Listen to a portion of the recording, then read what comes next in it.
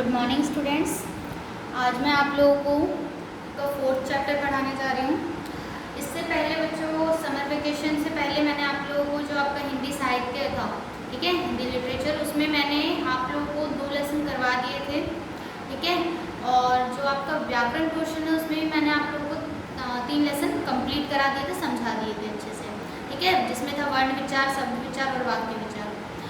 आज हम पढ़ेंगे 4th चैप्टर समझेंगे व्याकरण का, जो कि है संज्ञा, ठीक है। आप लोग इसे 2nd 3rd से पढ़ते आ रहे हो संज्ञा को, ठीक है, लेकिन आज हम इसको बहुत ही डीपली पढ़ेंगे। संज्ञा क्या होता है आप लोगों को पता है? संज्ञा क्या किसे कहते हैं? नाम को कहते हैं। दुनिया में सब चीज़ के अलग अलग नाम हैं, ठीक है, तो उसे क्या बोला जाता है? संज्ञा बोला जाता है, ठीक है। अब जैसे कि पुस्तक हो गया, पंखा हो गया, बुक हो गई, ठीक है, इन सबको क्या बोला जाता है? नाउन बोला जाता है। जैसे कि आप इसी में देख लीजिए, हरी, पुस्तक, मेज, कुर्सियाँ, मिठास, आम, ये सब क्या है? ये सब संज्ञा है। कोई भी नाम वो संज्ञा कहलाता है, ठीक है, चाहे वो किसी व्यक्ति का हो, चाहे किसी वस्तु का हो, या हमारे अंदर के भाव का हो जो हम फील करते हैं, ठीक है, उसका हो, या फिर किसी पूरे ग्रुप का, किसी जाति का हो, ठीक है, कोई भी नाम हो उसे संज्ञा कहा जाता है, ठीक है। इन तीनों वाक्यों में अब देखिए, रंगीन शब्दों को देखने पर पता चलता है कि प्रथम वाक्य में हरी व्यक्ति का विशेष नाम है, दूसरे में पुस्तकें, मेज और कुर्सियां वस्तु के सामान्य जातिगत नाम है। इसी प्रकार तीसरे वाक्य में मिठास आम का गुण अर्थात उसका भाव बताता है। इसी आधार पर ये सब व्यक्तिगत, जातिगत और गुण या भाव के आधार पर नाम है। अब इसमें देखिए, पहले में क्या बता रहा है? पहले में व्यक्ति का, हरी किसका नाम बताया गया? व्यक्ति का नाम बताया। दूसरे में पुस्तक किसका नाम बताया गया है? किसी वस्तु का नाम बताया गया है। मेज, कुर्सियाँ किसका नाम बताया गया है? किसी वस्तु का नाम बताया गया है। इसमें ये जाति का नाम है, ठीक है, ये किसी ग्रुप का। पुस्तक से आप अगर बोलेंगे आपको पुस्तक, तो आपके मन में जितनी भी किताबें होती है सब आ जाएंगी, ठीक है, तो उसके पूरे ग्रुप का पता चलता है पुस्तक से, ठीक है। मेज, कुर्सियाँ ये वस्तु के नाम हो गए।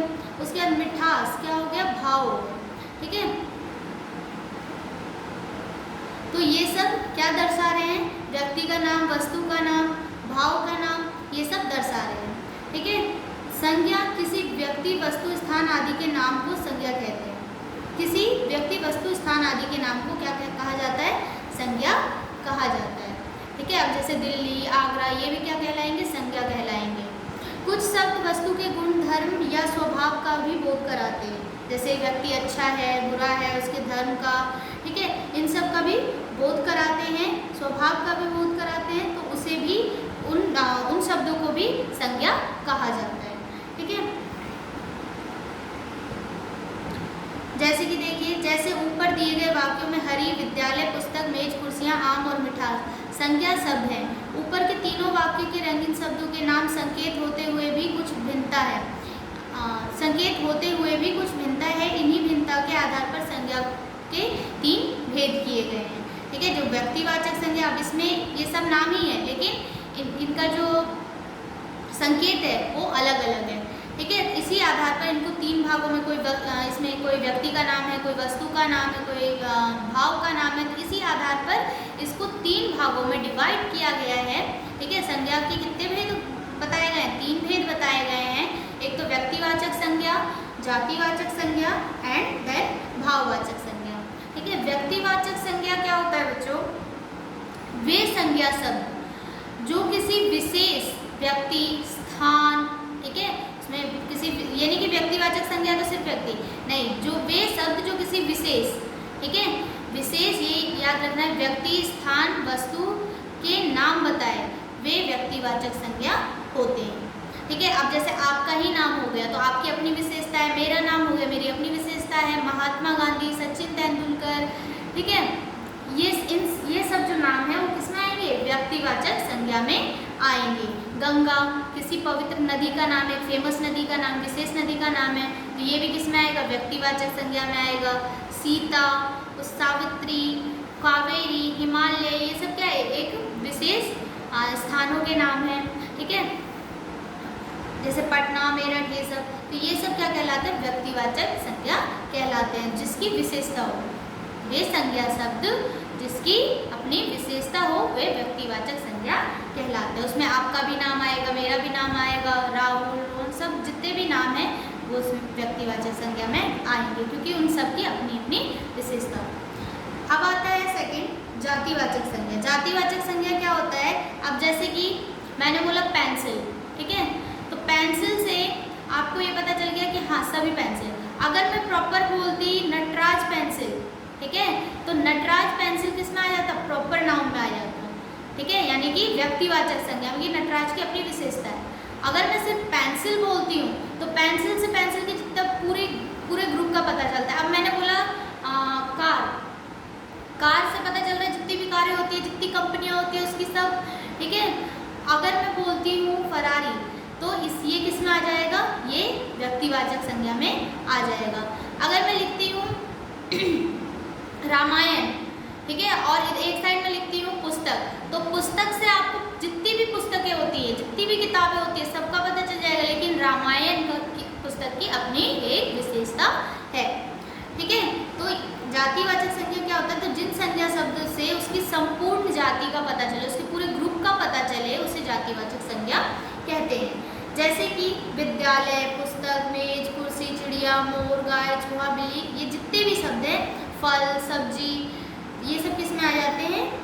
जातिवाचक संज्ञा में। लड़का, लड़की, अब लड़का एक तो नहीं है ना, लड़के से सबका पता चलता है, लड़की एक तो नहीं है, सबका पता चलता है उसके पूरे ग्रुप का, तो ये सब किस में आ जाते हैं? ये सब जातिवाचक संज्ञा में आते हैं, जिसमें ये वैसे शब्द होते हैं जिससे उसके पूरे ग्रुप का पता चलता है। जैसे अब एक तरफ मैंने लिखा हिमालय और एक तरफ लिखा पर्वत, तो जितने भी पर्वत होते हैं उसका पता चल जाता है पूरे ग्रुप का, पर्वत सबसे। लेकिन अगर हिमालय बोलते हैं तो हिमालय की अपनी एक विशेषता है, वो किसमें आ जाएगा? व्यक्तिवाचक संज्ञा में, ठीक है। अब आता है आपका भाववाचक संज्ञा। भाववाचक संज्ञा किसे कहते हैं बच्चों? जिस संज्ञा शब्द से पदार्थ की अवस्था, ठीक है, कोई भी पदार्थ की अवस्था का पता चले, उसके गुण का पता चले, दशा का पता चले, धर्म का पता चले, भाव का पता चले, ठीक है, उसे क्या कहते हैं? भाववाचक संज्ञा कहते हैं। अब जैसे मिठास, तो मिठास आम में मिठास है, ठीक है, तो ये किसकी विशेषता बता रहा है? आम की विशेषता बता रहा है, आम की अवस्था बता रहा है, ठीक है, और उसका गुण बता रहा है कि उसका गुण कैसा है? वो मीठा है, ठीक है, तो ये मिठास शब्द क्या हो जाएगा? भाववाचक संज्ञा हो जाएगा। लड़कपन शब्द क्या हो जाएगा? ये एक गुण हो जाएगा, ठीक है। स्वतंत्रता, बुढ़ापा क्या हो जाएगा? एक अवस्था हो जाएगी, ठीक है, एक पदार्थ की अवस्था हो जाएगी।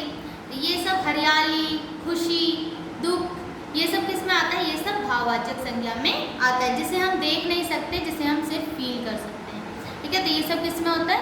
भाववाचक संज्ञा में आते हैं, ठीक है, जिसे हम सिर्फ महसूस कर सकते हैं। अब देखिए, आई होप आप लोगों को ये तीनों समझ आया होगा। अगर नहीं समझ आया तो नेक्स्ट डे आप लोगों की जूम क्लास होगी जिसमें डाउट क्लास होगा। अगर आप लोगों को कुछ पूछना है तो आप वहाँ पूछ सकते हैं।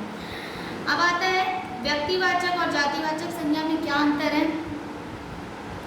देखिए बच्चों, व्यक्तिवाचक संज्ञा में वर्ग, जाति, व्यक्ति या स्थान आदि से किसी एक विशेष नाम का बोध होता है। देखिए, व्यक्तिवाचक संज्ञा में वर्ग, जाति, व्यक्ति या स्थान आदि से किसी एक विशेष नाम का बोध होता है, ठीक है। और जैसे कि व्यक्तिवाचक संज्ञा के उदाहरण से स्पष्ट होता है, किंतु जातिवाचक संज्ञा में पूरी जाति का बोध होता है। एक व्यक्तिवाचक संज्ञा से पूरी तरह स्पष्ट हो जाता है कि हाँ ये इसका नाम है, लेकिन जातिवाचक संज्ञा से उसकी पूरी जाति का पता चल जाता है, ठीक है। व्यक्तिवाचक संज्ञा के उदाहरणों को जब हम व्यक्ति, नारी, नदी, पर्वत और स्थान कहेंगे तो ये जातिवाचक संज्ञा कहलाएंगे, ठीक है। मैंने तो उदाहरण एग्जाम्पल आप लोगों को पहले ही दे दिया है कि अगर मैं पर्वत लिखती हूँ और हिमालय लिखती हूँ तो पर्वत सबसे उसको जितने भी पर्वत होते हैं सबका पता चलेगा, लेकिन हिमालय सबसे उसकी एक अपनी विशेषता, अलग विशेषता प्रकट करता है, ठीक है। तो ये व्यक्तिवाचक संज्ञा में आएगा, ओके।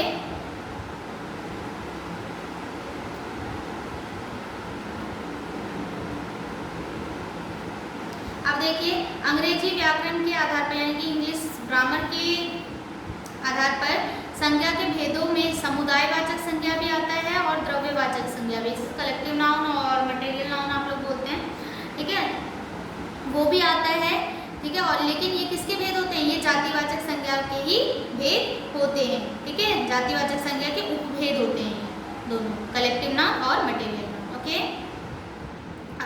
अब देखिए जातिवाचक संज्ञा से भाववाचक संज्ञा निम्न प्रकार से बनाई जाती है। तो जातिवाचक शब्दों से भाववाचक संज्ञा बनाई जाती है, जैसे मनुष्य, मनुष्य से सभी मनुष्य का पता चलता है, मनुष्य शब्द किस में आएगा, जातिवाचक संज्ञा में। इससे भाववाचक संज्ञा क्या बनेगा, मनुष्यता, ठीक है। मनुष्यता को सिर्फ हम फील कर सकते हैं, महसूस कर सकते हैं, लेकिन देख नहीं सकते, ठीक है। उसी तरीके से सर्वनाम से भाववाचक संज्ञाओं के कुछ रूप निम्न प्रकार होते हैं, विशेषण पदों से भाववाचक संज्ञाएं, उसके बाद क्रियापदों से भाववाचक संज्ञाएं बनती है, ठीक है। तो ये आप लोगों को अच्छे से रीडिंग करना है और इस चैप्टर को अच्छे से समझना है। नेक्स्ट डे आप लोगों का इसका जूम क्लास होगा। Okay, thank you.